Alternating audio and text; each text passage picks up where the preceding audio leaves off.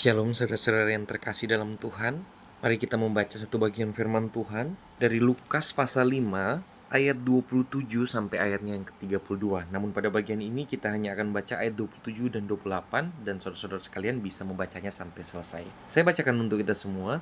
Kemudian ketika Yesus pergi keluar, ia melihat seorang pemungut cukai yang bernama Lewi sedang duduk di rumah cukai. Yesus berkata kepadanya, "Ikutlah aku." Maka berdirilah Lewi dan meninggalkan segala sesuatu lalu mengikut dia.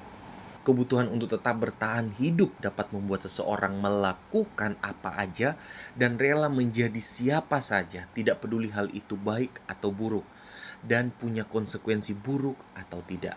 Hal ini terjadi juga kepada Lewi, si pemungut cukai. Seorang yang rela dianggap jadi ante asing, dianggap sampah, karena bekerja kepada penjajah, menarik pajak kepada orang sebangsanya sendiri. Demi uang, Lewi rela terasingkan dari masyarakat, karena masyarakat pada masa itu mengidentikan pekerjaan ini dengan pemerasan, karena memang faktanya seperti itu pada zaman itu. Dan bahkan saking kotornya pekerjaan ini, pemungut cukai yang berasal dari suku Israel itu tidak boleh datang beribadah. Saudara-saudara, Cicero pun berkata, pemungut cukai adalah pekerjaan rendahan karena kebencian yang ditimbulkannya. Jadi siapa saja yang rela jadi pemungut cukai, dia memang akan menerima uang banyak.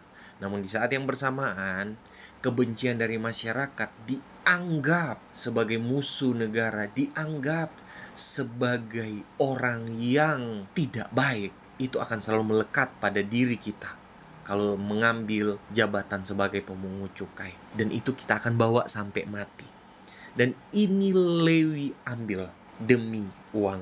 Namun saudara-saudara, hal yang menarik justru terjadi. Ketika Lewi lagi sibuk dengan urusan kerjanya atau sedang menjalankan pekerjaan yang menghasilkan uang dan dosa itu, Yesus datang kepadanya memberikan undangan lembut untuk mengikuti dia menjadi murid Yesus. Lantas bagaimana respon Lewi? Yang pertama, Lewi langsung berdiri meninggalkan pekerjaan yang berharga karena menghasilkan banyak uang demi mengikut Kristus. Lewi langsung tinggalin semua yang dia anggap berharga demi untuk ikut Tuhan Yesus.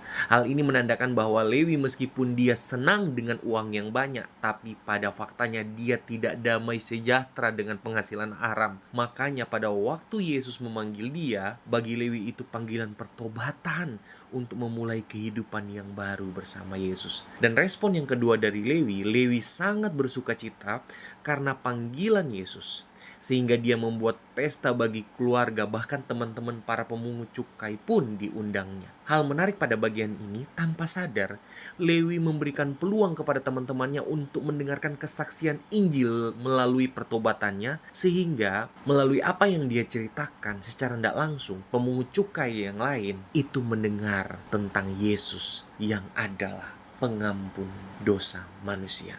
Bagaimana dengan kita? Apakah mungkin kita juga bisa bersuka cita ketika kita menceritakan pertobatan kita kepada orang lain, dengan tujuan bukan untuk gagah-gagahan pamer rohani, tapi untuk memperkenalkan mereka kepada Kristus yang menjadi alasan kita bertobat, karena menerima kita seburuk-buruknya kita.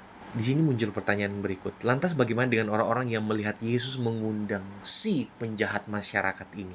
Para tokoh-tokoh agama, para orang Yahudi, malah muncul kebencian. Mereka menggerutu karena guru yang mereka anggap baik, yang lagi tenar-tenarnya, berteman dengan pendosa. Dan inilah fakta dunia, saudara-saudara, bahwa mereka sadar mereka adalah pendosa dan suka memohon pengampunan Allah. Namun di saat bersamaan mereka juga suka melihat pendosa lain lebih baik dihukum ketimbang diampuni. Nah saudara-saudara, di ayat 31 dan 32 menjadi puncaknya, di mana Yesus memberikan perumpamaan tentang bukan orang sehat yang memerlukan tabib, tetapi orang sakit. Aku datang bukan untuk memanggil orang benar, tetapi orang berdosa, supaya mereka bertobat. Hal ini menunjukkan anugerah pengampunan Allah nyata bagi dunia yang berdosa. Namun hanya untuk orang yang mau merendahkan diri, mengaku dosanya, dan merasa tidak layak yang akan diampuni.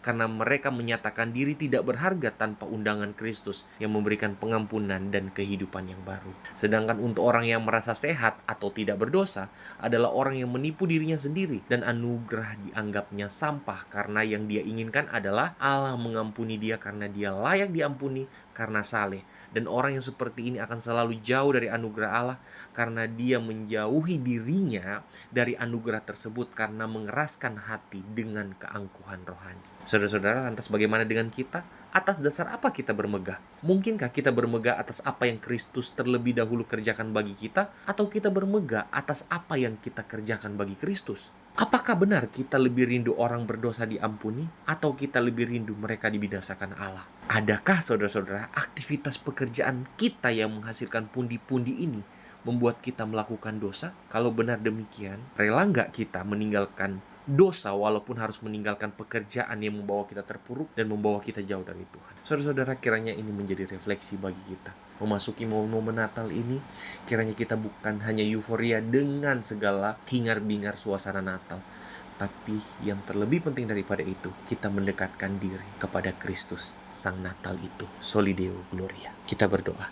Tuhan, terima kasih untuk anugerah-Mu, pengampunan-Mu besar bagi kami, dan nyata di dalam Engkau anugerah itu kepada kami. Terima kasih untuk pengampunan-Mu. Dalam nama Tuhan Yesus kami berdoa. Amin.